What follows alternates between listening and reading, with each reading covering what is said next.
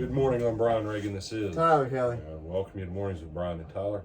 And on this Tuesday, we are in John 15, verses 8 through 11. By this my Father is glorified, that you bear much fruit, so that you will be my disciples. As the Father loved me, I have also have loved you. Abide in my love. If you keep my commandments, you will abide in my love, just as I have kept my Father's commandments and abide in his love. These things I have spoken to you, that my joy may remain in you, and that your joy may be full. Okay. My Father's glorified in this, that as my disciples, you bear much fruit, or that in bearing much fruit, you prove that you are my disciples. It doesn't say water wells. It doesn't say praise teams. It doesn't say all kinds of stuff. Bear fruit. Specifically, what's the fruit that Jesus called the apostles to bear? Well, they had been bearing fruit as fishermen. You know what fruit looks like for fishermen? Fish. Jesus says, come, follow me. I'll make you Fishers of men. fishers of men. Exactly. Well, we can't all be apostles. Hey, he didn't give 28 different categories of fruit. In the parable of the sower went forth to sow, and as he scattered seed, what's the seed called there? The Word of God. There's not 4 different kinds of plants. There's 4 kinds of soil. There's 4 responses. 3 of the 4 don't bear anything. 3 of the 4 are plants, but only 1 of the 4 bears 30, 60, and 100-fold. The fruit is souls.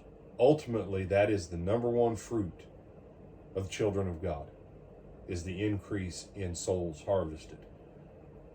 That's the primary one. All of the other fruit that you have as fruit of the kingdom should grow out of you doing the first one. But the simple fact is, the Father's glorified when you bear fruit. But, no, there's no buts. 10,000 other things, which may be fine and good in and of themselves, but don't confuse what they are. And then listen to what else Jesus says, because this one people just really don't like either. If you keep my commandments, you will abide in my love, just as I've kept my Father's commandments and abide in his love. You mean for God to love me, I had to do what I'm told? I was told at church that God's love is unconditional. Yeah, I'm sorry that someone lied to you and used a word that they didn't know the definition of. God's love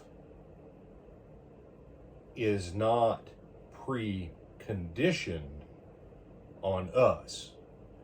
God's love toward us and our ability to abide in it is dependent upon whether or not we abide by the terms of the covenant. See, people don't get it. It's not preconditioned. God's love was there before we were ever born. That's why Romans says, God commends his love toward us in that while we were still sinners, Christ died for us. That doesn't mean it's unconditional. I'm sorry, to me, that cheapens Jesus. I've structured prophecy and nations and the flow of history and time to give man free will and still achieve my purpose. I will incarnate as the Word in the person of Jesus Christ, and I will suffer and save mankind from sacrifice. But it's all without condition from that point on. No. You want to be loved by Jesus? Do what you're told. Why did the Father love Jesus? Because Jesus did what he was told. Jesus will say, I said this so that everybody else would hear me, because I know you hear me, because I always do those things that please you. Oh, you mean for God to hear me, I have to do what pleases him? You can't please God. Well, you can't. I can. That's arrogance. No, that's me just agreeing with the Word of God.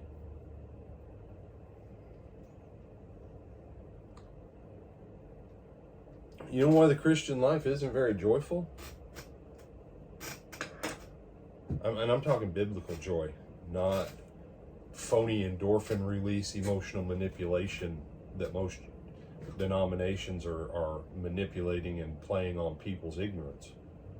I'm talking about biblical joy. You know, the main reason church isn't more joyful is because most of the people who are there, they don't want to do what God says. They don't actually want to be there. They make up words and assign meanings to it that God doesn't assign. And so they never get in the place where God actually is, because they've made up their own phony stuff, because where God is isn't where they want to be. And if you're not where God's going to be, you're going to have an awful hard time getting what God has and participating in who God is. And the only way to get into the joy that God has for you is for you to bear fruit and do what you're told. Other thoughts, my brother? Okay. With that, I'm Brian Reagan. This is Tyler Kelly. We bid you good day, and Lord willing, we'll see you in the morning.